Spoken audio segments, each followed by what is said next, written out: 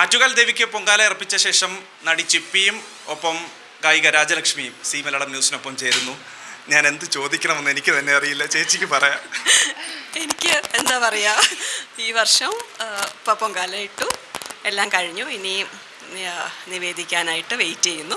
എപ്പോഴും ഈ ക്ലീശ ചോദ്യങ്ങളുമായി വരേണ്ടതില്ലല്ലോ അല്ലേ? സത്യം, എല്ലാവരും ചോദിക്കുന്നതാണ് എത്ര വർഷമായി. അതപ്പോൾ നമുക്കറിയില്ല, ഒരേ ആൻസറാണ് ഞാൻ സ്ഥിരമായിട്ടും പറഞ്ഞുകൊണ്ടിരിക്കുന്നത്. അപ്പോൾ അതുകൊണ്ട് വേണം എനിക്ക് തോന്നുന്നു ഏറ്റവും രാജ്യം കൊണ്ടൊരു പാട്ട് പഠിപ്പിക്കാം.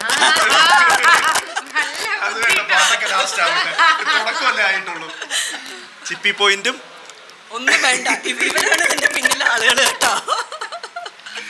എന്തൊക്കെ തയ്യാറാക്കി ഇത്തവണ ആറ്റുകാലമ്മയ്ക്ക്? ഇത്തവണ പായസം, പൊങ്കാല ശർക്കര പായസം, പിന്നെ പയറ്, വെള്ളപ്പായസം, 3 കലം. ഇപ്പം എത്തി? രാവിലെ എത്തിയോ അതോ ഇന്നലെ വൈകിട്ട് തന്നെ എത്തിയോ? എത്തി ഇപ്പോൾ, കാരണം ഇവിടെ വരെ വരാനായിട്ട് പാടാണല്ലോ. അപ്പം ഞങ്ങൾ നേരത്തെ പുറപ്പെടും, ഇങ്ങെത്തും. ആദ്യത്തെ ദിവസം തൊഴാനായി എത്തിയിരുന്നോ? അത് ഉത്സവം തുടങ്ങി അതോ ഇന്നലെയാണോ തുടങ്ങി? ഇടയ്ക്ക് വന്ന് തൊഴാൻ പറ്റി. ഞാനത് ഇപ്പോഴാണ് ഓർത്തത്. ഞാനന്ന് വാട്സപ്പ് സ്റ്റാറ്റസിൽ കണ്ടിരുന്നു. ഞാനത് കണ്ടിരുന്നു. അത് പെട്ടെന്ന് ഞാൻ ഓർത്തില്ല. ഞാൻ കരുതിയാണ്. പിന്നീട് ഞാൻ അന്ന് വിളിച്ച സമയത്ത് എറണാകുളത്തായിരുന്നു. ഇന്നലെ പോയി തൊഴുതോ? അതിനുശേഷം ദേവി തൊഴാൻ പറ്റി. ഇപ്പോഴും തൊഴുതിട്ട് തിരിച്ചു വന്നപ്പോഴാണ്. പ്രത്യേകിച്ച് എന്തെങ്കിലും പറയാനുണ്ടായിരുന്നോ ഇത്തവണ ആറ്റുകാൽ ദേവിയോട്? എപ്പോഴും ഉണ്ടല്ലോ, എപ്പോഴും ഒരുപാട് പറയാനുണ്ട്. പിന്നെ എന്നാലും ചേച്ചി പറയുന്നത് സംതിങ് സ്പെഷ്യൽ ആയിരിക്കുമല്ലോ. ദേവിക്കും സ്പെഷ്യലാണ്, ഭക്തർക്കും സ്പെഷ്യലാണ്, ട്രസ്റ്റിനും സ്പെഷ്യലാണ്, പോലീസിനും സ്പെഷ്യലാണ്. അല്ല അങ്ങനെയൊന്നല്ല, അല്ല എല്ലാം നല്ലതായിട്ട് വരണം എന്നുള്ളൊരു പ്രാർത്ഥന, അതാണ് മെയിൻ. ഞാൻ ആ പോലീസ് കൺട്രോൾ റൂം വഴി നടന്നു വന്ന സമയത്തെ അവിടെ കുറച്ച് പോലീസ് ഉദ്യോഗസ്ഥർ ഇരിപ്പുണ്ടായിരുന്നു. ചിപ്പിയെ കാണാൻ വേണ്ടി വന്നതാണെന്ന് പറഞ്ഞിട്ട് അവിടെ പോയി ബഹളം ഉണ്ടാക്കുന്ന കുറേ ആളുകളൊക്കെ ഉണ്ട്. അല്ല, എനിക്ക് തോന്നുന്നു സ്ഥിരമായിട്ട് ഞാൻ ഒരു സ്ഥലത്തല്ലേ ഇടുന്നത്. അപ്പൊ ഈ വരുന്ന എല്ലാവരും അവിടെ നിൽക്കുന്ന ആളുകൾ ചോദിച്ചു, ആറ്റുകാൽ ദേവിയെ തൊഴാൻ വന്നതാണോ അതോ ചിപ്പിയെ കാണാൻ വന്നതാണോ? അപ്പൊ എനിക്ക് ചിപ്പി ചേച്ചിയെ കണ്ടിട്ട് പോയാൽ മതി എന്നാണ്.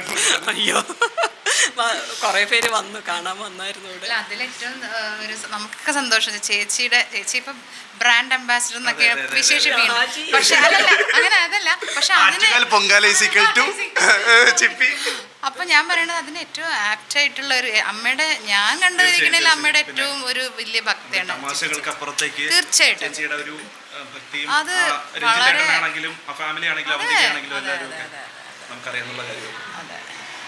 പ്രത്യേകിച്ച് എന്തെങ്കിലും വിഭവങ്ങൾ തയ്യാറാക്കാനുണ്ടായിരുന്നോ?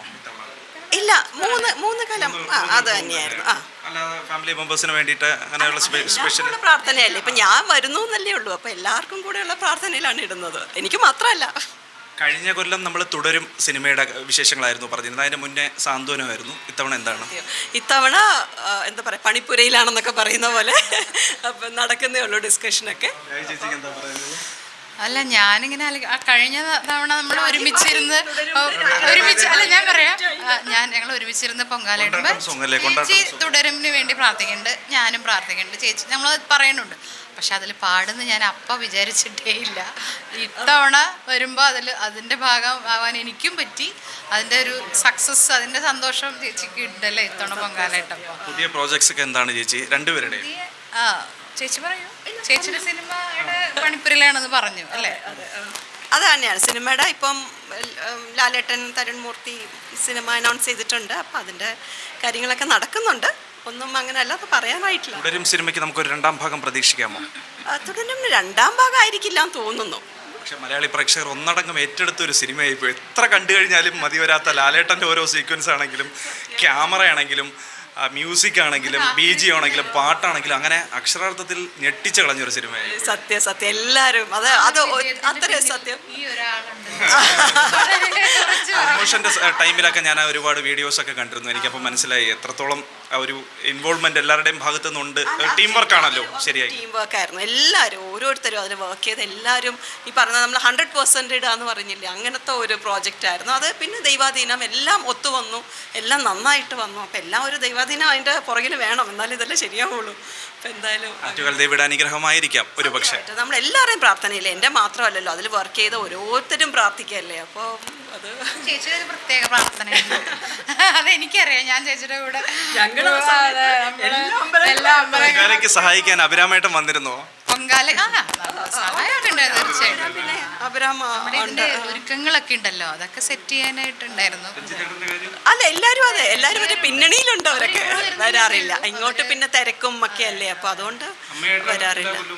അമ്മയുണ്ടാവും, രാജി ഉണ്ടാവും. ഞാന് അതെ അമ്മയാണെങ്കിലും വൻ പാട്ടാണല്ലോ, അമ്മയും മകളും കോംബോ ആണല്ലോ. അമ്മയുടെ പാട്ടാണ് എനിക്ക് കിട്ടിയത്.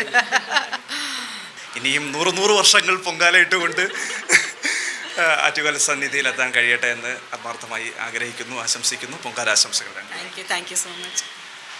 ആറ്റുകാലിൽ നിന്ന് സായി സൂര്യയ്ക്കൊപ്പം അഭിജിത്ത് ജയൻ, സി മലയാളം ന്യൂസ്. ഏറ്റവും പുതിയ വാർത്തകളും വിശേഷങ്ങളും വിരൽത്തുമ്പിലറിയാൻ സി മലയാളം ന്യൂസ് എല്ലാ ഡിജിറ്റൽ പ്ലാറ്റ്ഫോമുകളിലും ലഭ്യം.